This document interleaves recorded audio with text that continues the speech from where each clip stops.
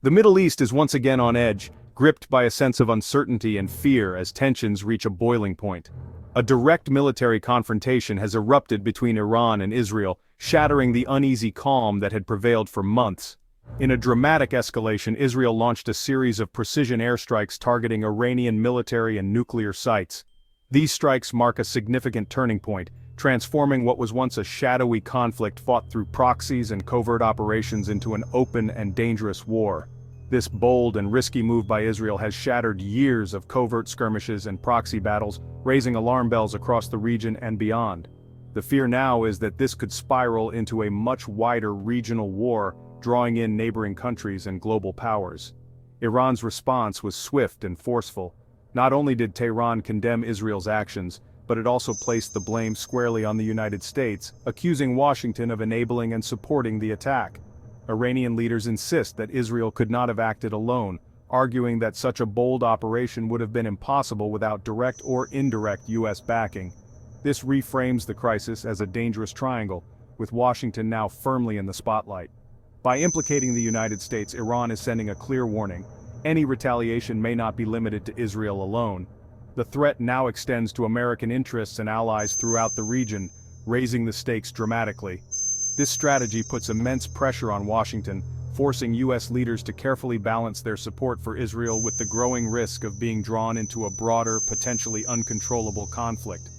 Around the globe, governments and citizens alike are watching anxiously, aware that Iran's next move could determine not just the fate of the region, but the stability of the entire world. The conflict has now escalated beyond a regional dispute.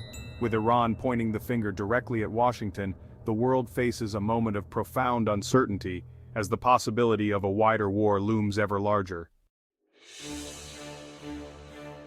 Iran's accusation against the United States is deeply rooted in a long and complex history of American support for Israel, stretching back decades.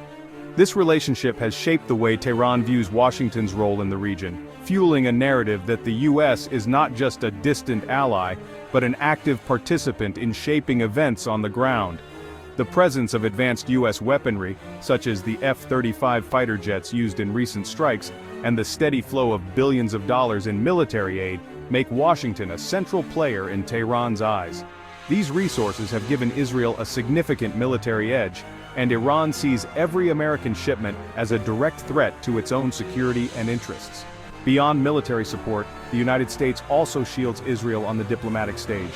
In the United Nations, American diplomats frequently use their veto power to block resolutions critical of Israeli actions, frustrating not only Iran but also many other countries in the region who seek accountability for Israeli policies.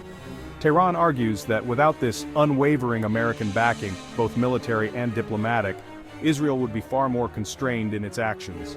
Iran believes that U.S. support emboldens Israel to act with impunity, escalating tensions and violence in the region. For Iran, American calls for restraint or peace often ring hollow, especially when U.S. support is seen as enabling what Tehran calls Israeli aggression. Iranian leaders point to these contradictions to rally both domestic and international opinion against Washington's policies. The recent strikes are viewed by Iran as just one part of a broader American maximum pressure campaign. This campaign includes harsh economic sanctions, diplomatic isolation, and now, in Tehran's view, military escalation, all designed to weaken Iran's government and its influence in the region. Iran sees these actions as part of a coordinated effort by the U.S. and its allies to destabilize the regime and halt its nuclear ambitions. Iranian officials frequently warn that such pressure only strengthens their resolve to resist foreign interference and pursue their own path.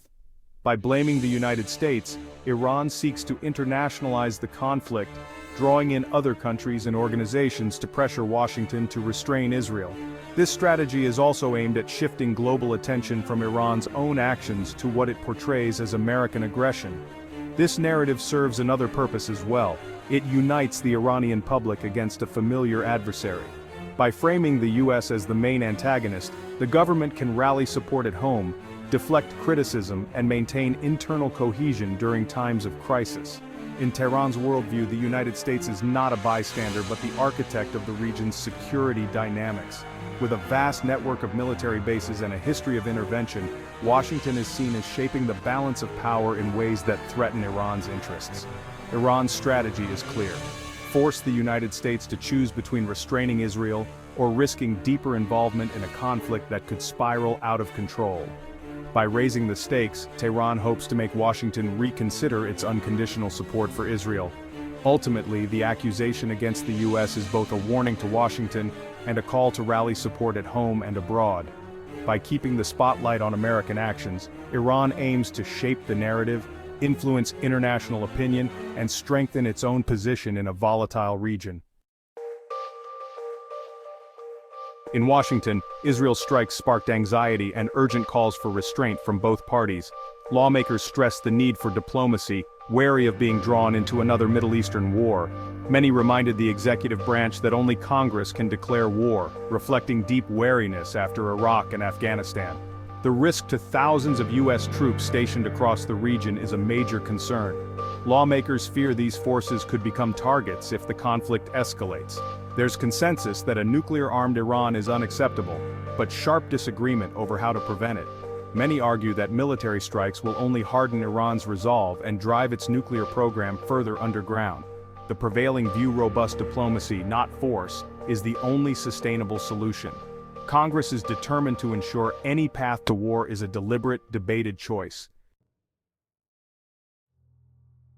For Israel, the airstrikes were a preemptive move against what it sees as an existential threat: Iran's nuclear program. Israeli leaders argue that diplomacy has failed to address their core security concerns, prompting military action. The strikes aim to delay Iran's nuclear progress, but risk provoking a devastating regional war. Iran could retaliate directly or through proxies like Hezbollah, escalating the conflict on multiple fronts. There's also a danger that the attack will push Iran to accelerate its nuclear ambitions, justifying a bomb as deterrence. Israel's gamble: that short-term gains outweigh the risk of a nuclear-armed Iran. The stakes are enormous, with the region's stability hanging in the balance. The U.S. president faces a delicate balancing act, supporting Israel as a key ally, while at the same time working to avoid a wider war that could engulf the entire Middle East. Every decision is weighed carefully, as the administration tries to maintain a strong partnership with Israel without escalating tensions to the point of open conflict with Iran or other regional powers. The White House has repeatedly affirmed its unwavering commitment to Israel's security, emphasizing the deep historical and strategic ties between the two nations. Yet, it has also taken pains to distance itself from recent military strikes, signaling to both allies and adversaries that the U.S. does not seek direct confrontation and hopes to deter any Iranian retaliation that could spiral out of control. However, reports that U.S. officials had prior knowledge of Israel's plans have fueled growing concerns about American complicity. Critics argue that even indirect involvement could draw the U.S. deeper into the conflict, raising questions about transparency and accountability in foreign policy decisions. In response, Congress has insisted that it must have a decisive say in any move toward war, reflecting not only its constitutional authority but also the public's exhaustion with decades of costly Middle East conflicts. Lawmakers from both parties are voicing skepticism about unchecked executive power in matters of war and peace. Determined to prevent so-called mission creep, many in Congress are pushing for greater oversight, wary of being drawn into another prolonged conflict by an ally's actions.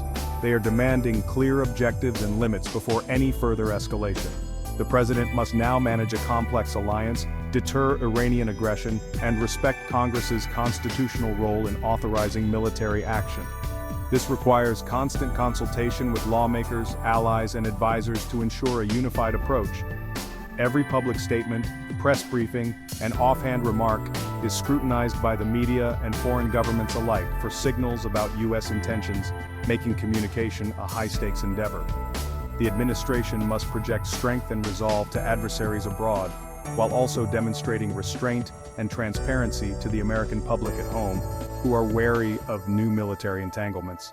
It's a diplomatic tightrope, where a single misstep, whether a misunderstood statement or an unintended escalation, could have catastrophic consequences for the region and for American interests. The stakes for American interests and regional stability have rarely been higher, as the world watches to see whether the US can navigate this crisis without being pulled into another costly and unpredictable war.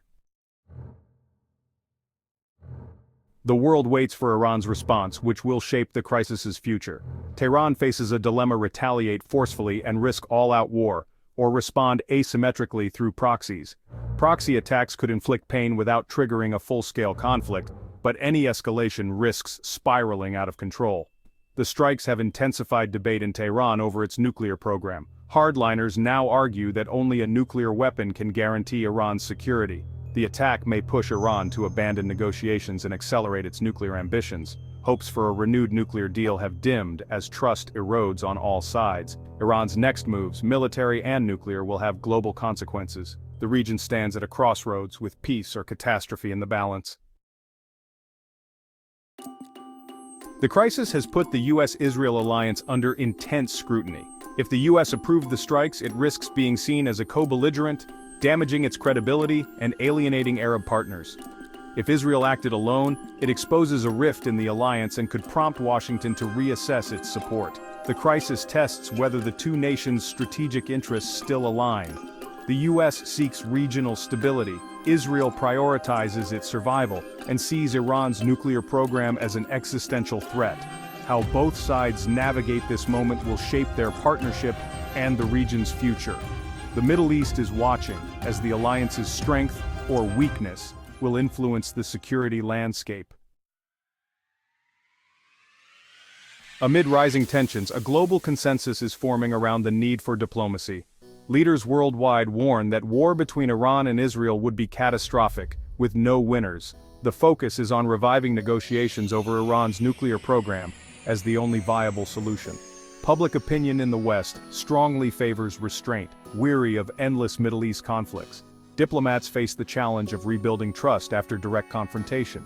The alternative to diplomacy is too grim: regional catastrophe and global instability. The world recognizes that only negotiation offers hope for a stable Middle East. The Iran-Israel standoff, with the US caught in the middle, has brought the region to a critical juncture. Key questions remain: what was Israel's true objective, and how will Iran respond?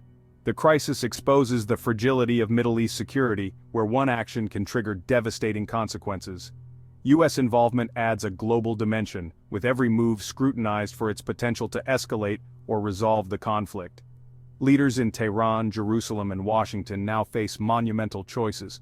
The path they choose, escalation or diplomacy, will shape the region's future. The world hopes for wisdom and restraint, not a descent into chaos.